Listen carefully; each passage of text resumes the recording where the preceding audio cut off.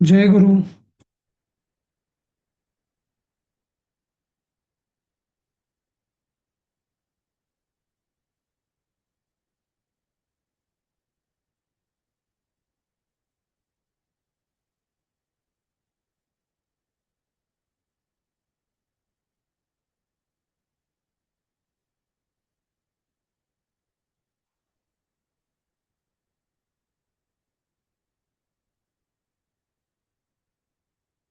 जय गुरु.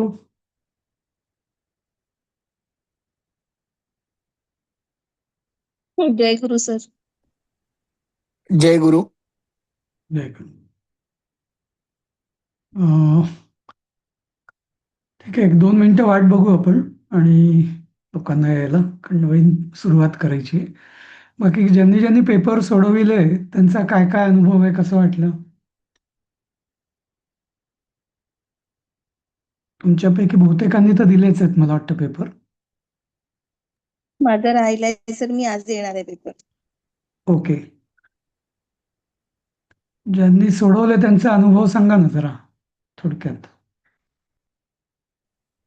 Sir चांगला होता paper, पण मी 2 एकदम वेड्यासारख्या चुका केल्यात. त्या मला कळल्यात, बाकीचं नाही मला माहिती. होय. म्हणजे 6 होतं तिथे मी ते दिले तोच्या ऐवजी. ते मला पाठवल्यावर आलं लक्षात. हा. त्याचं 2 वाक्य आहेत. आणि ती मला कळली आहे. अजून माहिती नाही अशा वेड्यासारख्या काय चुका. पेपर बघितल्या वाटलं हां, छान आहे, सोपा आहे. पण अशा हा. चुका झाल्यात. आलं नाही असं काही नाही झालंय. बरोबर. थोडंसं आठवलं नाही वगैरे बऱ्याचदा तसंच असं. होतं. काहीतरी थोडीशी चूक जी माहिती असतं पण होते, कधी कधी ऱ्हस्व दीर्घाच्या चुका होतात असं. ओव्हरऑल अजून. चांगलं. मार्क हा. नाही माहिती किती मिळतील, पण हो. ओके. अजून कोणाचा काही अनुभव वेगळा?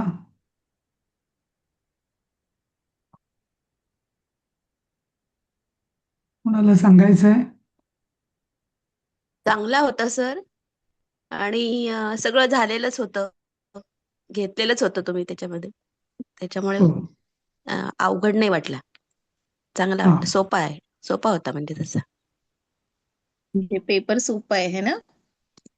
पेपर सोपा होता आणि सगळं घेतलेलं होतं, क्लासमध्ये सगळं झालेलंच होतं.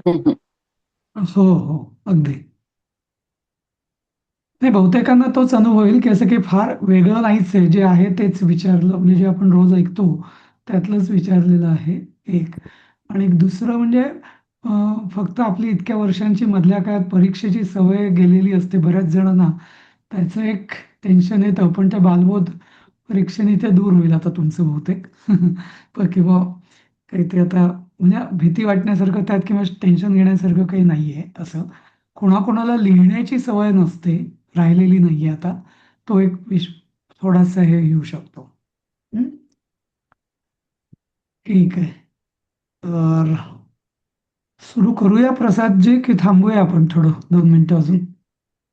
5-7 जण आहेत ना अजून? 5च जण आहेत. सर सर परवानगी काय विचारताय? हा. हा? परवानगी काय विचारताय तुम्हीच? सर्वे नाही सर्वात नाही, प्लीज. अजून अजून कोणी येईस तोवर थांबायचं का असं विचारतोय मी. हा बरं. पण अपर्णा, छाया, वैजयंती, कल्पना, लता आणि सीमा या जणी आहेत, 6 जणी आहेत. ठीक आहे, सुरू करूया आपण. झाले आता 1-2-3 मिनिटं, 3 मिनिटं झालेली आहेत. तर आपण बालबोध स्तर परवा गेल्या आठवड्यात पूर्ण केला. जवळपास 4 आठवडे, 4-4.5 आठवडे, जवळपास 1 महिना आपण घेतला. आणि सगळ्यांनी तुम्ही उत्साहाने इथपर्यंत तुम्ही तुमचा धैर्य आणि संयम आणि सातत्य टिकवलं, त्याबद्दल तुमचं अभिनंदन. कारण हीच सगळ्यात मोठी परीक्षा असते. कारण आम्हाला आमचा अनुभव आहे की पहिले बहुतेक म्हणजे 20% जण साधारणतः पहिल्या 15-20 दिवसात गळतात, जे गळणारे आहेत ते. काही कारणं असतील, म्हणजे त्यांची खरी पण असतील. जसं उगीच त्यांना पण असं आरंभ वगैरे म्हणणार नाही, पण कारण काहीतरी अडचणी येतात, झूमचा प्रॉब्लेम होतो किंवा मग वेळा जमत नाहीत वगैरे. पण आता तुम्ही जे सातत्य ठेवलंय महिनाभर, त्यामुळे आता पुढचं आता तुम्ही लक्ष निश्चितच पूर्ण कराल. आता काही शंका नाहीये मला त्या बाबतीत. त्यामुळे छान. आता आतापर्यंत आपण नुसती अगदी बालबोध म्हणजे लहान 2 वर्षाच्या मुलाला जसं आपण बोलतो 1.5-2 वर्षाच्या मुलाला छोटी छोटी शब्द आणि वाक्य त्या पद्धतीचं आपण शिक्षण संस्कृतचं घेतलं होतं. व्याकरण हा विषय आपण डोक्यातनं काढून टाकला होता टोटली. बरोबर. तुम्ही प्रश्न जरी विचारले तसे तरी आपण म्हटलं होतं की नाही ते आपण नंतर बघू. बरोबर. पण आता हळूहळू आपण व्याकरणाला या प्रारंभमध्ये सुरुवात करणार आहोत आणि म्हणूनच याला प्रारंभ स्तर म्हटलंय. पहिल्या परीक्षेला प्रारंभ नव्हतं म्हटलं कारण ते बालबोध म्हणजे तिथे काही भाषा या दृष्टीने आपण अभ्यास करत नव्हतो. ती फक्त आपण शब्द आणि वाक्य थोडी छोटी छोटी करायला शिकलो. तर आता खरी सुरुवात आपली होणार आहे आजपासून. हां. तर परीक्षेचं म्हणजे साधारण स्वरूप परीक्षा आणि शिकवण्याचं पाठांचं स्वरूप आहे तसंच आहे. आम्ही तुम्हाला एक एक जसजसा पाठ होईल तसतसं त्याची PDF देत जाऊ. ती तुम्ही प्रिंट घ्या किंवा मोबाईलमध्ये किंवा कॉम्प्युटरमध्ये सेव्ह करून ठेवा. हं. त्याच पद्धतीने आपण पुढे जायचंय. परीक्षेच्या आणि शिकवण्याच्या पद्धतीत काही फार बदल होणार नाहीत. पॅटर्न अगदी तोच आहे. आणि या प्रारंभ स्तराचा पण एकच पेपर असणार आहे, एकच परीक्षा असणार आहे.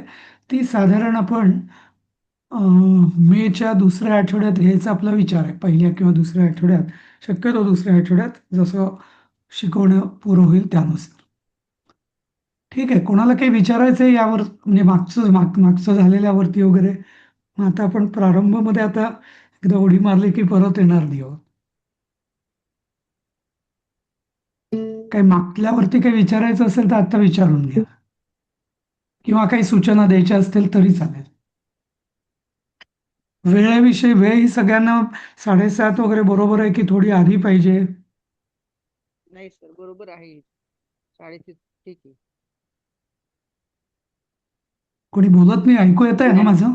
ही ही वेळ बरोबर आहे. बरोबर आहे. 7:30 योग्य आहे. तर 7:30 ठीक आहे. हो, ठीक ठीक आहे, आहे. ठीक आहे. हां, तर पुढे जाऊया आपण. अं, आता या याच्यामध्ये एक मिनिट.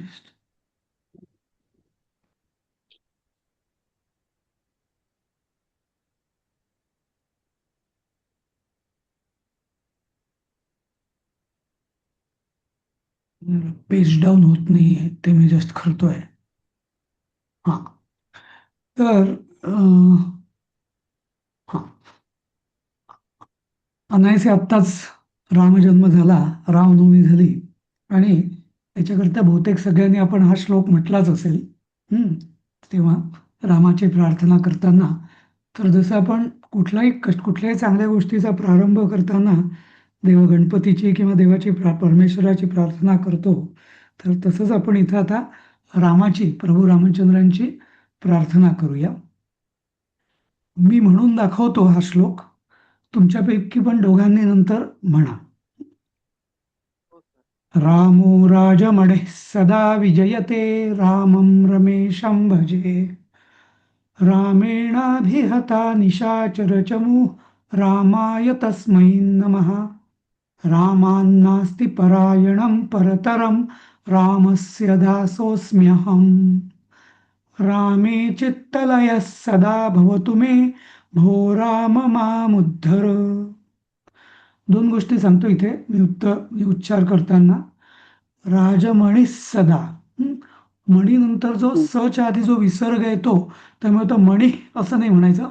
राजमणी सदा, मणी डबल स होत करायचा. तसंच चित्तलय सदा असं म्हणायचं. हां, ते लक्षात ठेवतो. विसर्ग वेगळा म्हणायचा नाही याच्यामध्ये. कारण जेव्हा समोर स येतो तेव्हा त्या विसर्गाचा उच्चार डबल स होतो. आपण आधी सुभाषितांमध्ये पण हे बघितलं होतं. एक. दुसरी गोष्ट, मूळ शब्द रामात नास्ती आहे, पण त्याचा आपण उच्चार करताना त आणि न एकत्र जेव्हा होतो तेव्हा तो न होतो. त्यामुळे म्हणताना रामान नास्ती असं म्हणायचं. हां, उच्चार करताना हे 2 लक्षात ठेवा गोष्टी.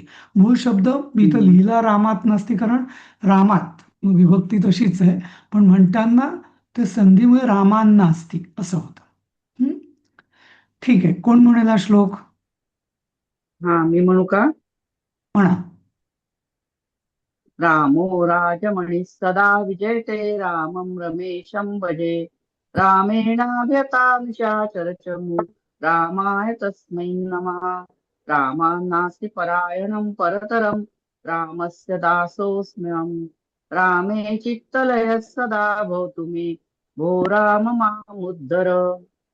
हा छान. निशाचर चमूह. चमूह असं निशा विस हा.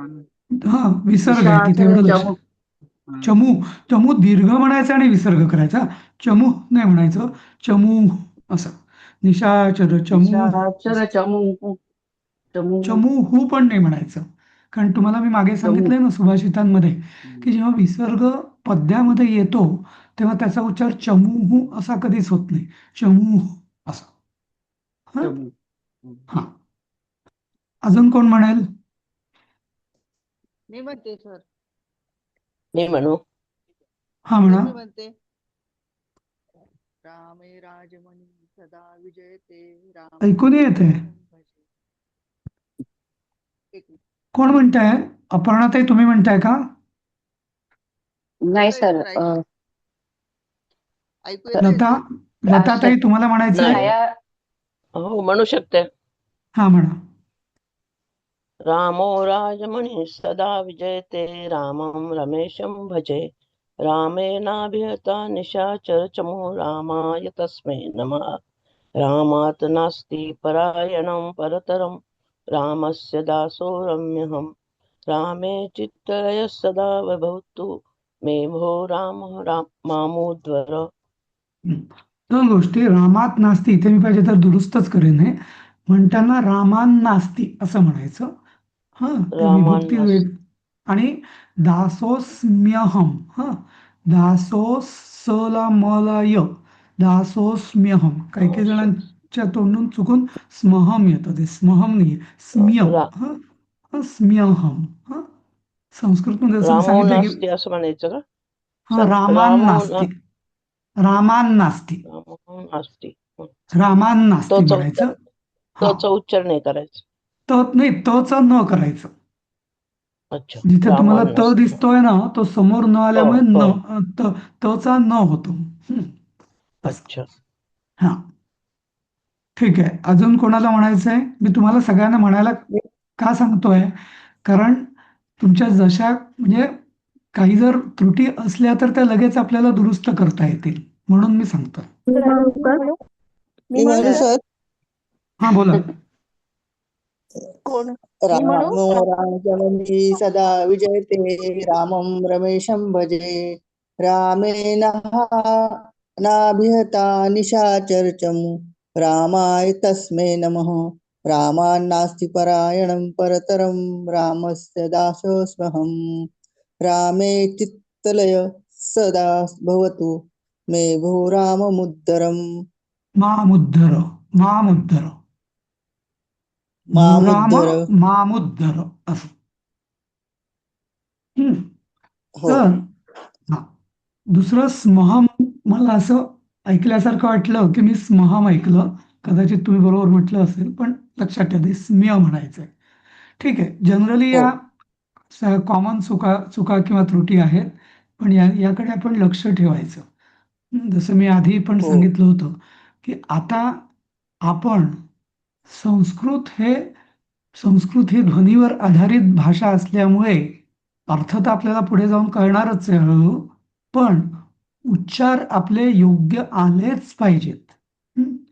लोकांनी म्हटलं पाहिजे की हा हिने संस्कृत केलेलं आहे, शिकलेली आहे, हिचे उच्चार हे म्हणजे आपल्याकडे लोक आले पाहिजेत तुमच्याकडे. हा की याचा उच्चार कसा करायचा, हे कसं म्हणायचं. हा आता आपण जसे ज्याला आपण अँबॅसेडर म्हणतो संस्कृतचे, तसे आता तुम्ही संस्कृतचे अँबॅसेडर होणार आहात. तुमच्याकडे लोक बघणार आहेत की संस्कृतमध्ये अजून 1-2 महिन्यांनी ठीक आहे तुम्ही संस्कृत शिकता तर आम्हाला हे कसं म्हणायचं ते सांगा.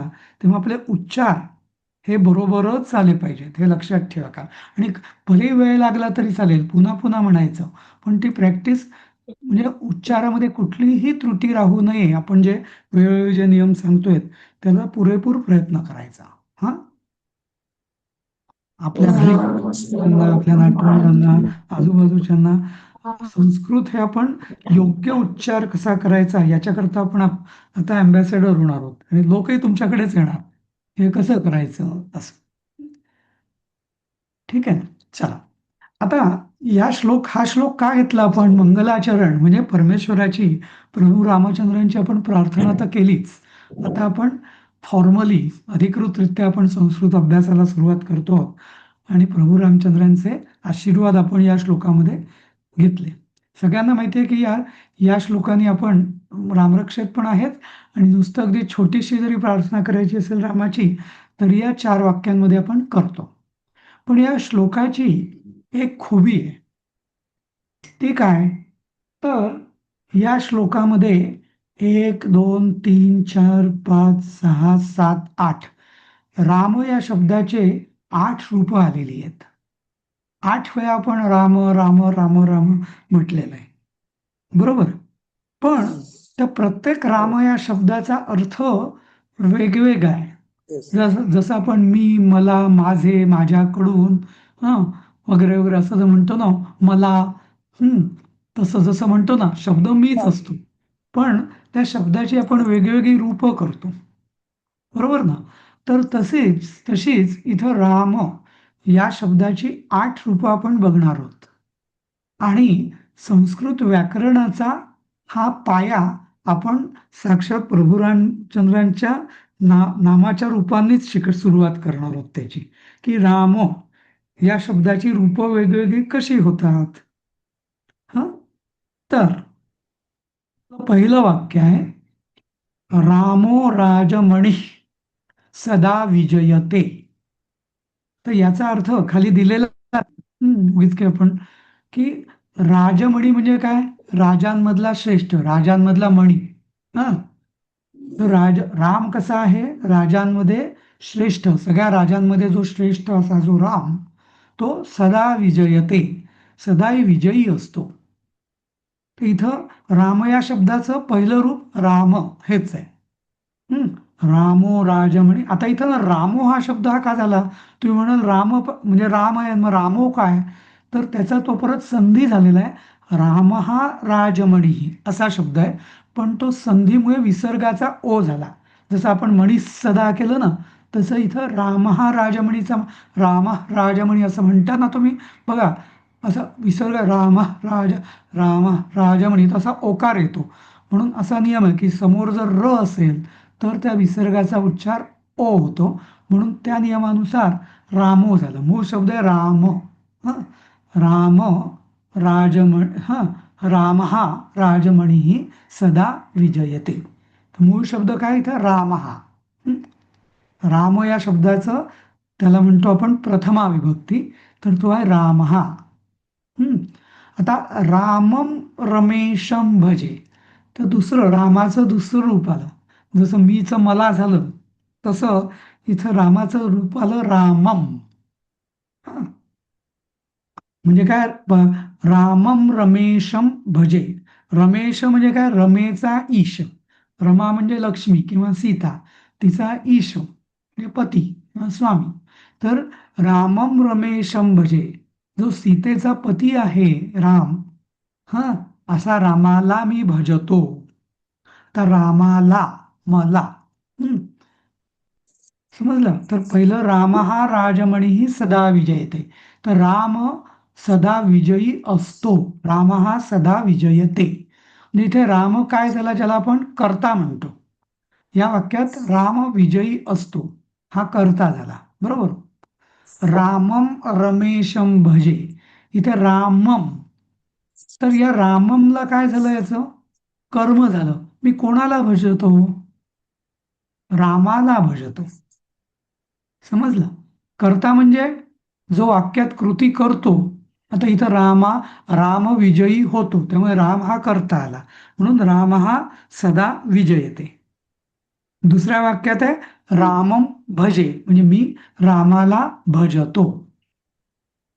तर कर्ता आणि कर्म, आधी विसर्ग होता राम हा, आणि त्याचा कर्म होताना त्याचं काय झालं? रामम झालं. समजलं कसा फरक झाला ते? मीच मला कसं झालं? रामाला त्याच्याऐवजी आपण रामम असं केलंय. हा, मी रामाला भजतो, तर रामम भजे असं. समजलं? हो सर. असं आहे. कर्ता आणि कर्म हे दोन रूप आपण शिकलो. हा, कर्ता म्हणजे काय? जो जो राम. करतो, वाक्यात जे क्रियापद जी क्रिया करतो, जो कोणी करत असतो त्याला म्हणतो आपण कर्ता. आणि ज्याच्यावर क्रिया होते त्याला म्हणतो आपण कर्म. भजण्याची क्रिया कोणावर होते?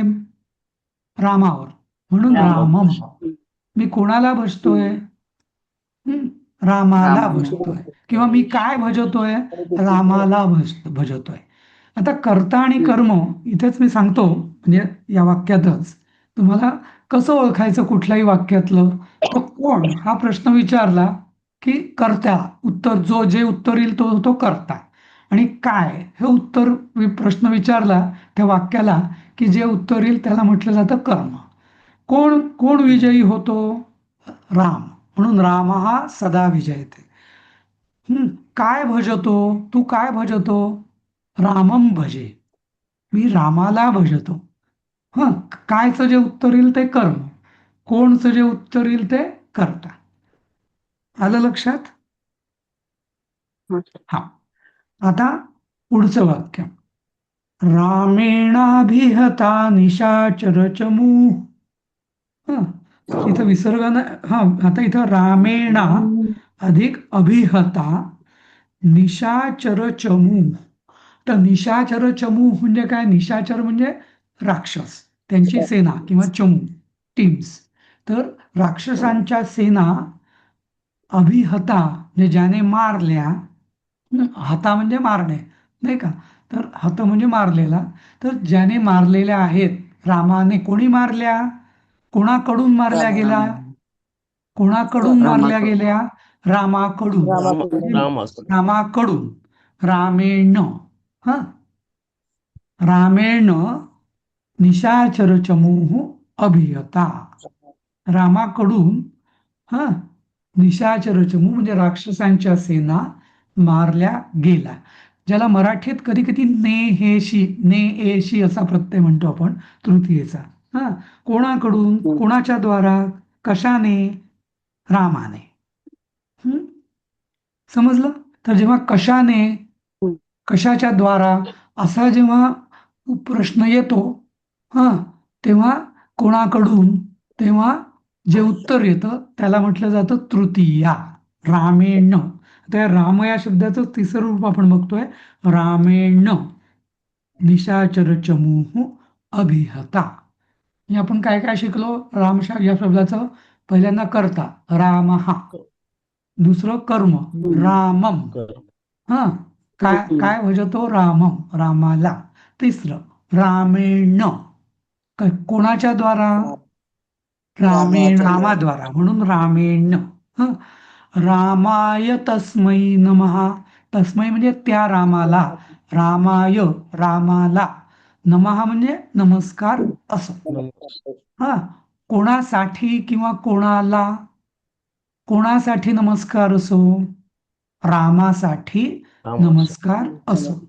कधी कधी आपण रामाला पण म्हणतो, पण जास्त करून साठी, केलीये, फॉर.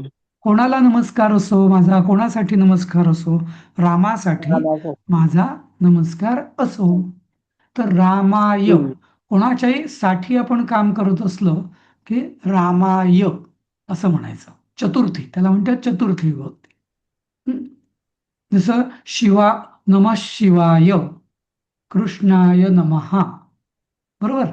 शिवाय नमः. हा, जसं म्हणतो तसंच हे कृष्णाय नमः, तसं हे रामकृष्णासाठी नमस्कार.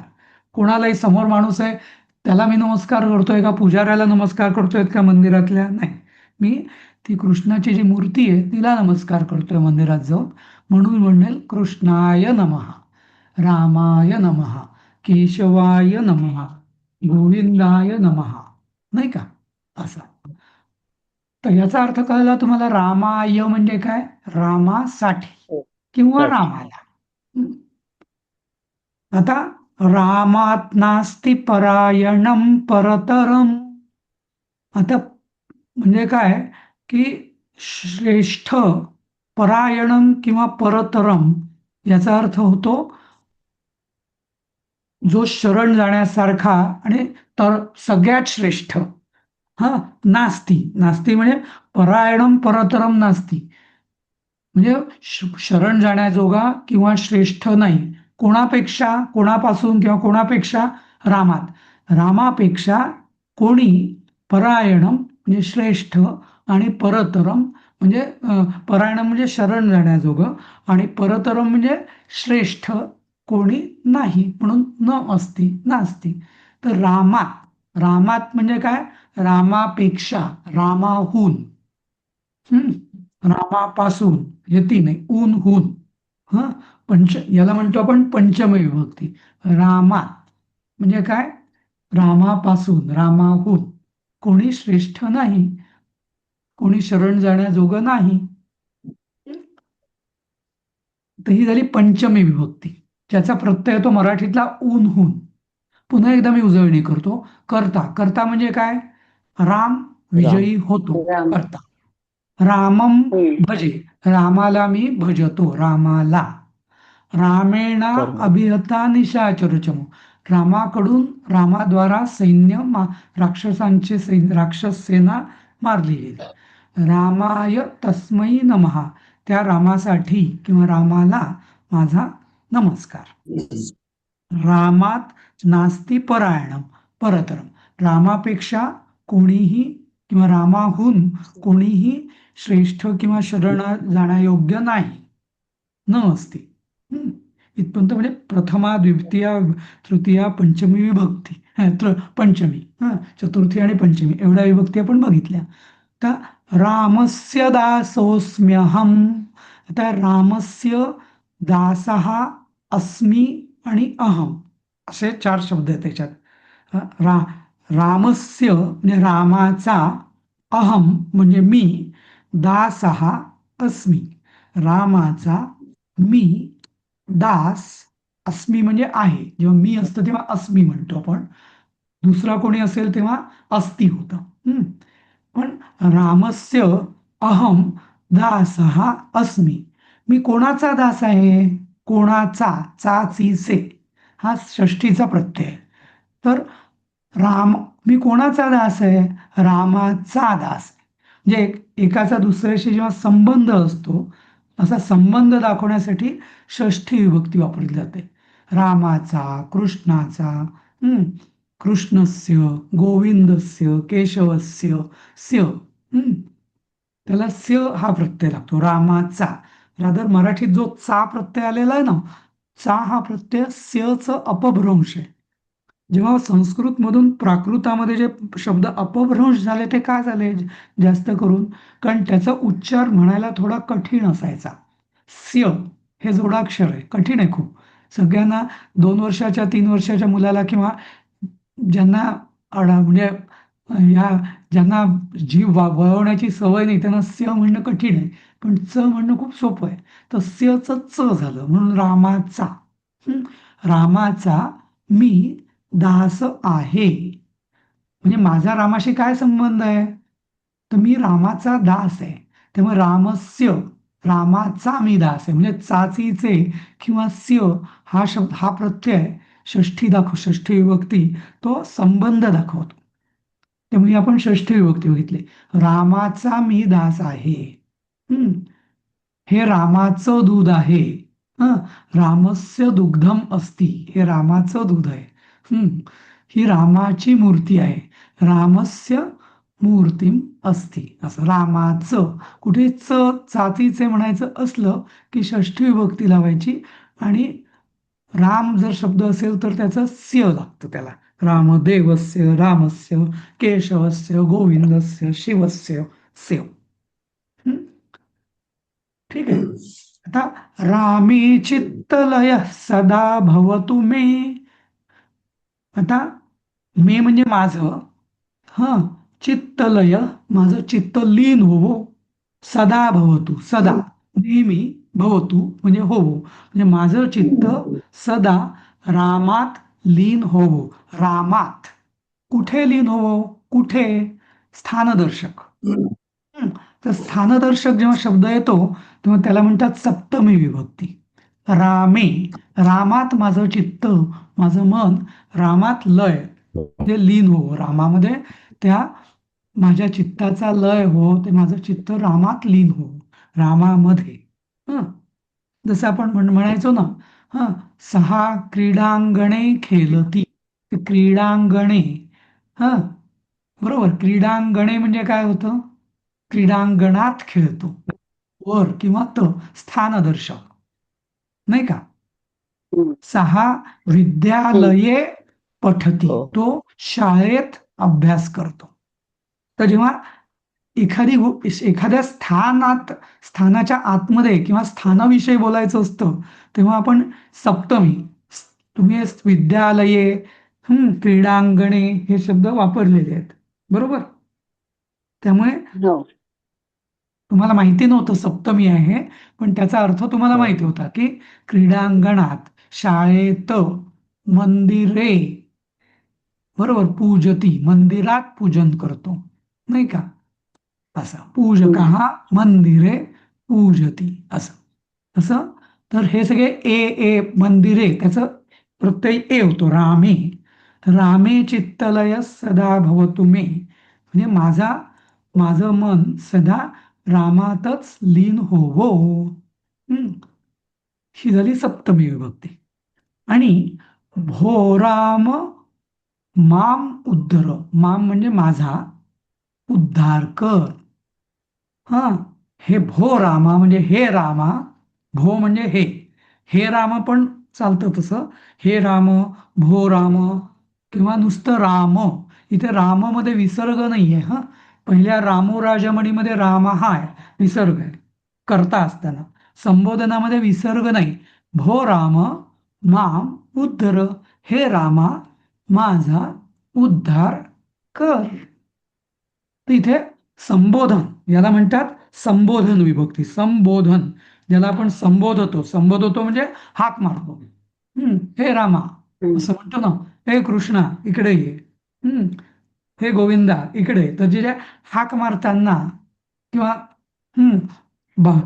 बाळा असं करू नकोस, तर इथे बाळा हा शब्द काय आपण म्हणतो? समोर. आणि संबोधन हे नेहमी समोरच्याला असतं, नाही का? समोर जो उभा असतो, दुसरीकडे कोणी असेल त्याला आपण संबोधन करू का? नाही, नाही का? त्यामुळे भो राम, हे रामा माम, माझा उद्धार कर. उद्धर म्हणजे उद्धार कर. जसं पठ म्हणजे वाच, कुरु कर, तसं उद्धर म्हणजे उद्धार कर. समजलं? तर अशा रीतीने आपण प्रथमा, द्वितीया, तृतीया, चतुर्थी, पंचमी, षष्ठी, सप्तमी आणि संबोधन अशा 8ही विभक्ती एका सुंदर मंगलाचरणाच्या श्लोकांनी शिकलो आपण आज. समजलं? आणि हा श्लोक ना, तुम्हाला सुरुवातीला विभक्तींचा गोंधळ होईल आता पुढे, तेव्हा हा श्लोक कायम लक्षात ठेवायचा.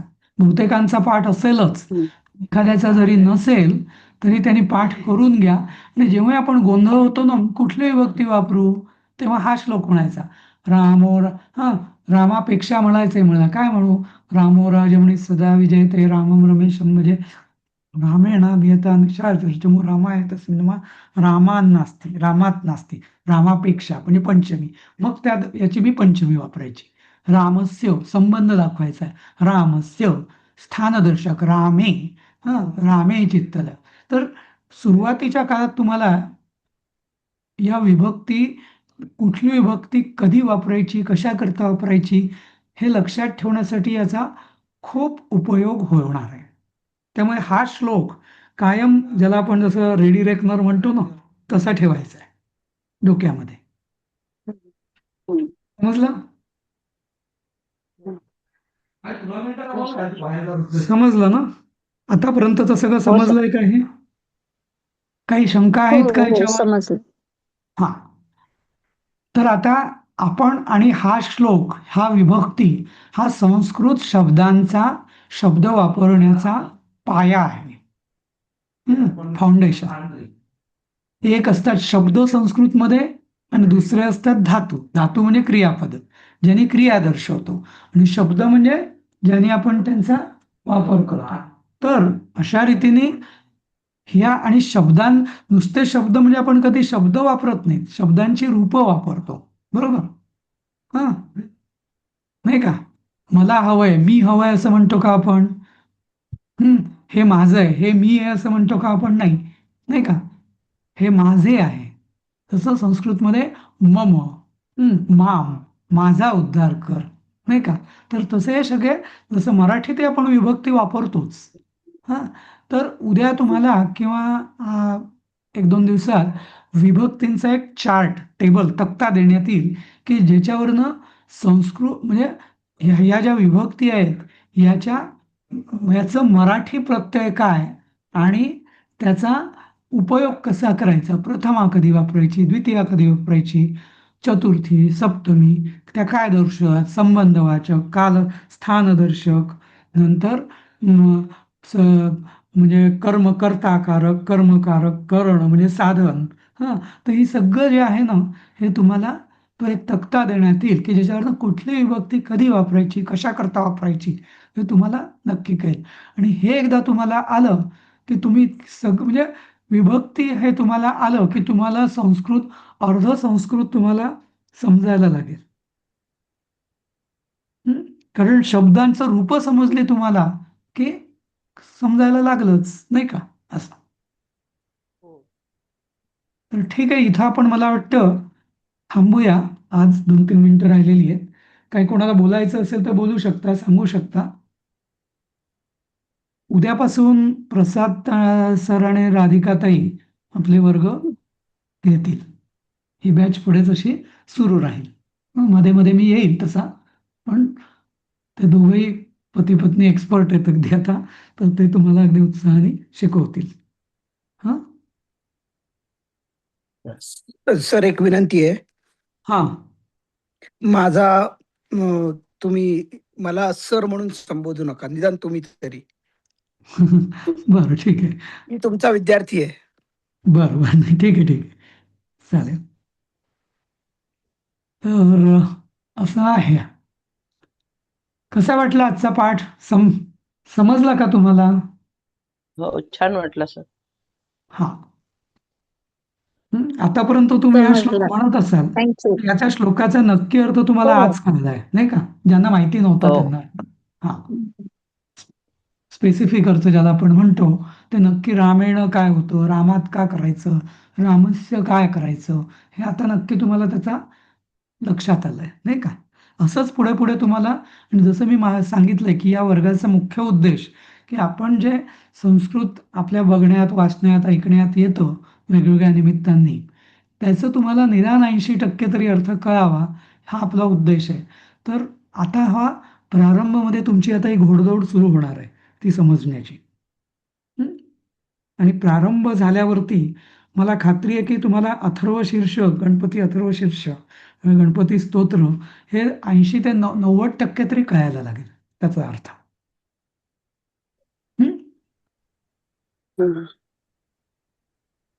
ठीक आहे, तर थांबूया इथं. सर हा श्लोक तुम्ही एकदा परत म्हणून दाखवता? हो. रामो राजमणिः सदा विजयते, रामं रमेशं भजे. रामेणाभिहता निशाचरचमूः, रामाय तस्मै नमः. रामान्नास्ति परायणं परतरं, रामस्य दासोऽस्म्यहम्.